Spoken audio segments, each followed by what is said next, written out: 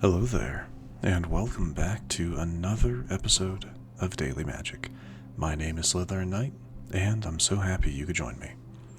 So today's daily quest is a color combination I feel like I haven't seen in a little while. Blue and black.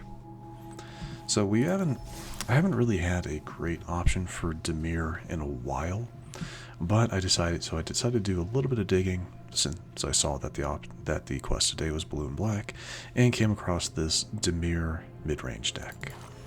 Now, for the most part, this deck, I pulled it from, what was it, Magic the Gathering Arena, or Magic the Gathering Zone or something? It's one of those websites that, they post articles, they post deck options and stuff like that. So it's basically the same. They had one more copy of Enduring Curiosity, and one less copy of 3 Steps Ahead than I did, and a few different special lands, but yeah, so it's basically the same. The idea is that this deck is one that you need to be a little bit more patient with, because, well, it's blue-black mid-range at that. So, looking at it, let's go into it. Phantom Interference for some good countering. Spyglass Siren for a turn 1 play, if you can. 3 Steps Ahead, again, more countering. Cut Down, why not? There's black in this deck, so we're going to have some cut down. Mockingbird, primarily to make a copy of probably Enduring Curiosity, is what I would do, or whatever you think you need at the time. Maybe an Unstoppable Slasher. Ooh, just thinking about that's actually kind of terrifying. A flying Unstoppable Slasher. Yeah, that could be something. 4 copies of Mastermind.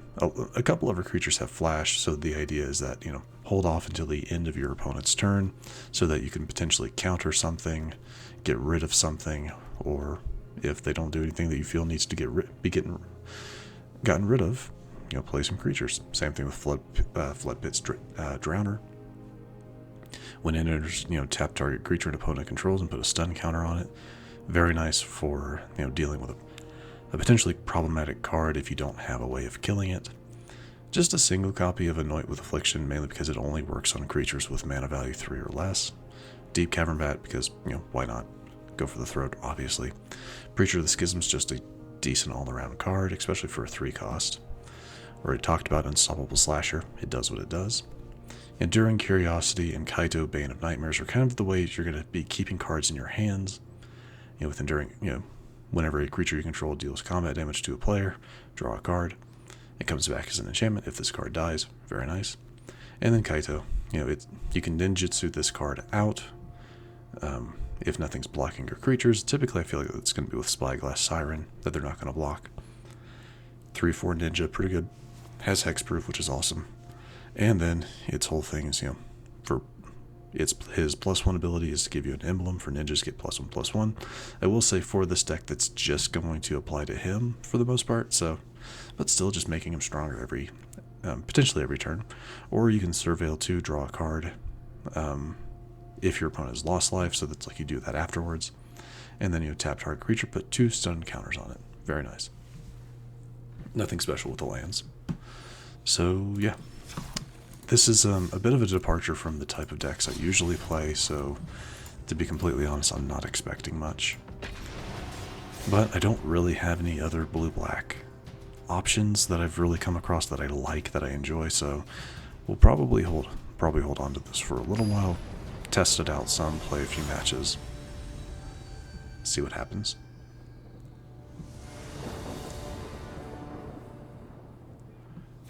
That's actually a pretty decent start.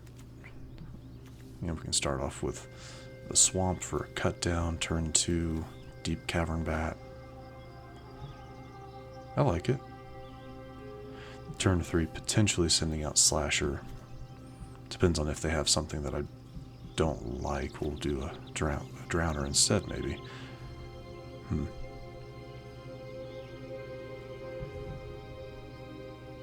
Yeah, I can see this being interesting. Potentially.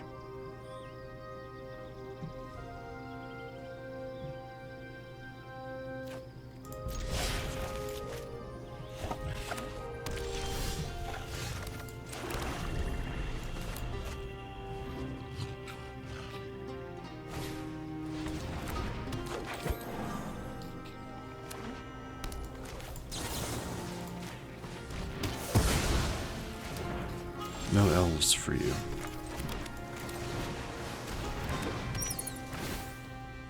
What you got? Go through the throw. Ah, well, I'm kind of screwed there either way, so.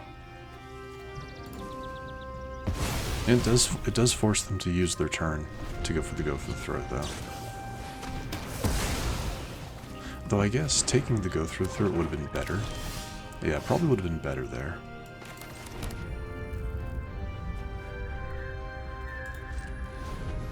We're gonna hold off. I want them to play their Archfiends.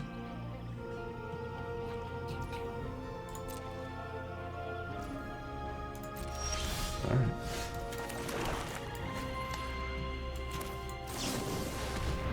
We can go with that. Anoint with Affliction will not affect my Enduring Curiosity. If they decide to kill it, it'll come back as a enchantment. Guess not.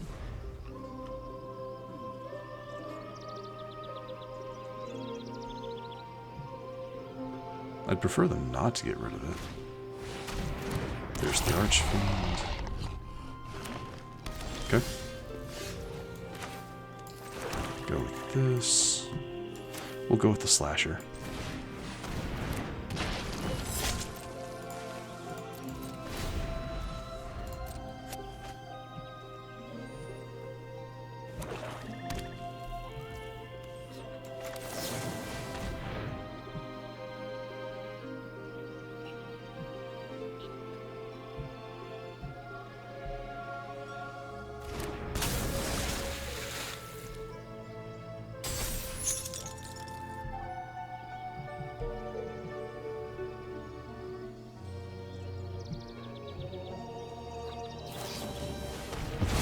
That's fine.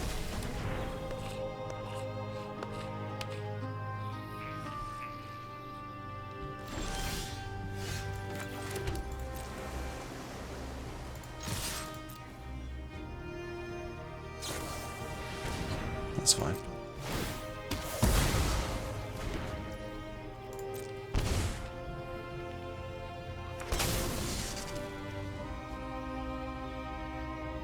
What, do you have a cut down?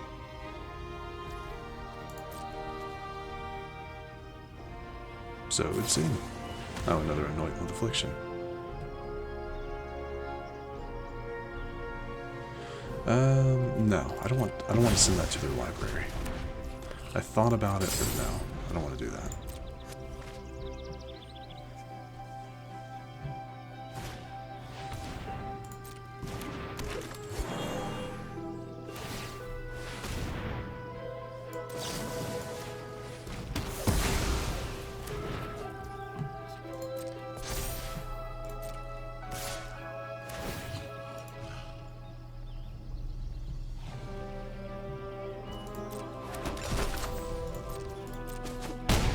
Honestly, I might be able to take them out because of their Archfiend.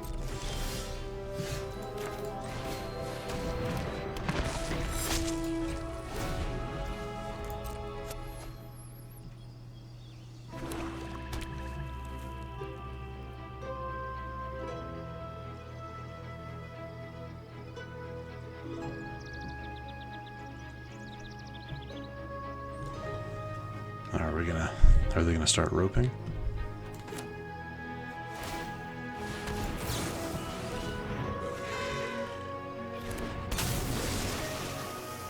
And that's game. Yep.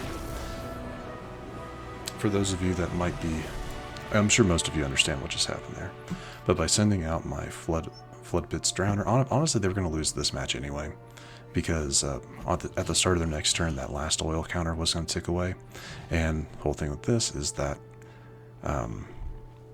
if there are no oil counters on this card, you lose the game. So yeah, no matter what was going to happen, they were going to lose. That's the main reason I didn't use the ability of my other flood pits to send it into their library, because why would I when they're going to lose pretty soon? So that, I think, was actually a perfect match, showcasing the more mid-range nature of this deck, and where you have to be a bit more, or it's better to be more conservative with your playing. So I'm happy with that. Yeah, I'm happy I at least got to show that off. So, I mean, this deck has its place. It definitely has its place. It's definitely not my preferred style of play, but it works.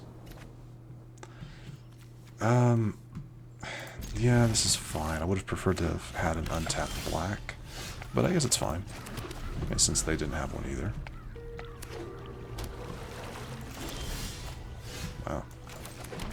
Wow. Well, chances are... I mean, we'll go with Deep-Cavern. See, lets me see their hand at least. I mean, they're obviously going to kill it, but I still get to see your hand. Okay, so they're playing something pretty similar to myself.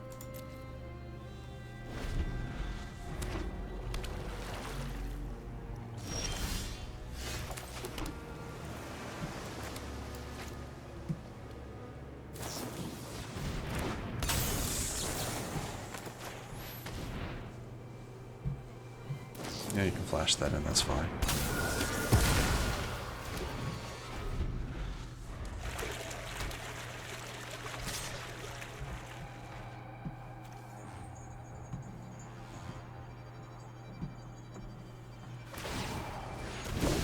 There's the ninjutsu. Yeah, they're playing something almost exactly the same as mine, which really is annoying. Yeah, because the sad thing is I don't think I can actually attack with him right now.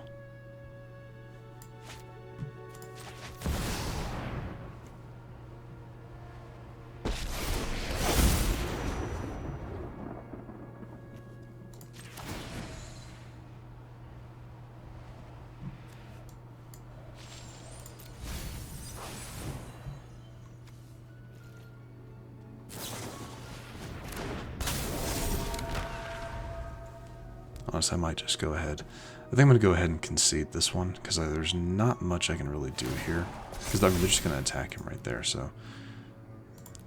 I'm going to go ahead and concede. Just because there's not a lot I can do in that matchup. Playing a very similar deck, they were able to go first, and they definitely had the upper hand in terms of cards and what they already had playing, so I didn't really want to waste my time. I didn't see a way of winning other than just play a card, you know. So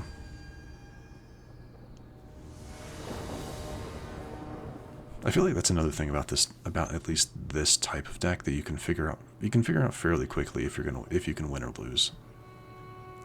So it is what it is.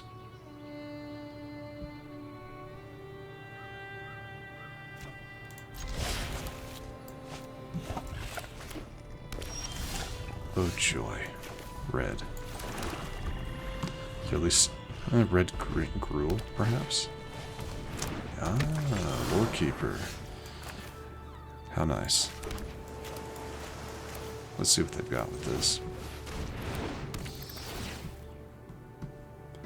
Vivian, Hunter's Talent, and a Pugnacious. Let's get rid of the Hunter's Talent.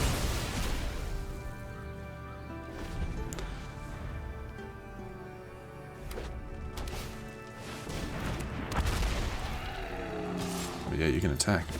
I'm not going to block. Let's go with that. Pass the turn. I guess I could have attacked there, but... Yeah, pass the turn so I could 3 steps ahead, potentially, or I can just go for the throat. Why would you... I mean, okay.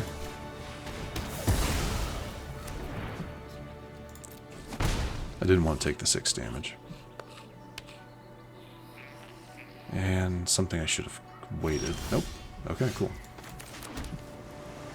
I'd love to send that out, but we're not going to right now. No, I'd rather 3 steps ahead something.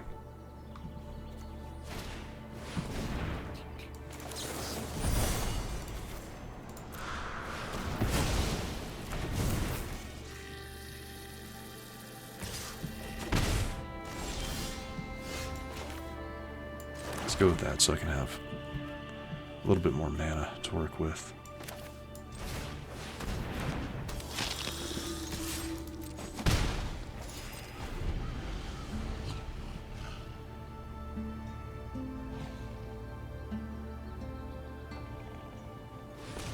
Okay. Now they're sending out... Okay, so they're going to get their hunter's talent back, I guess. Go ahead and do that.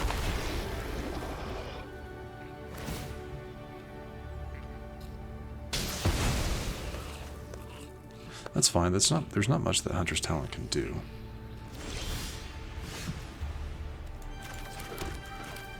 That's kind of funny.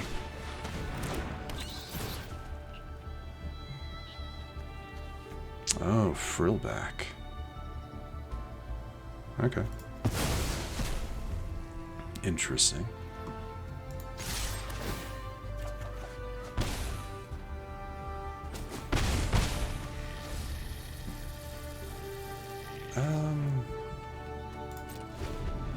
Yeah, we'll end the turn there.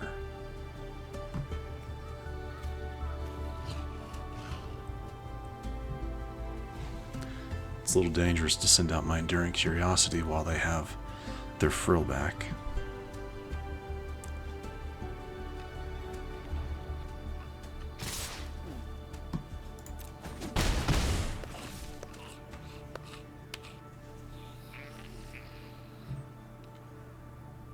Oh, do they have like a hard-hitting questions? No. Nothing to shock. Or deal its damage.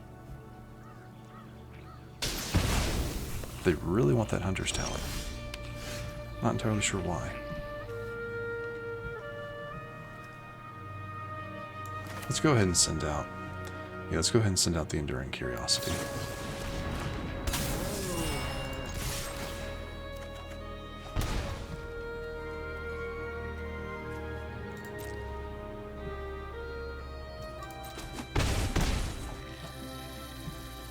Yep. And now those triggering that way is fine. And that. Let's go ahead and send out the siren.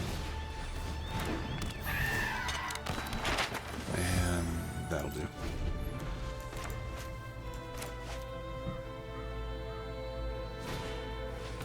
A Llanowar elf. Interesting. Yeah, you can't trigger it yet. Hunter's talent.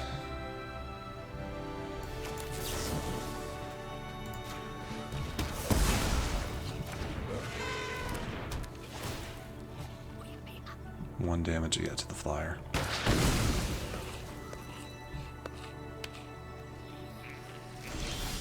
Okay.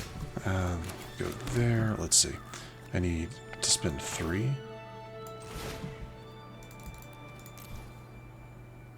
And that'll, yep.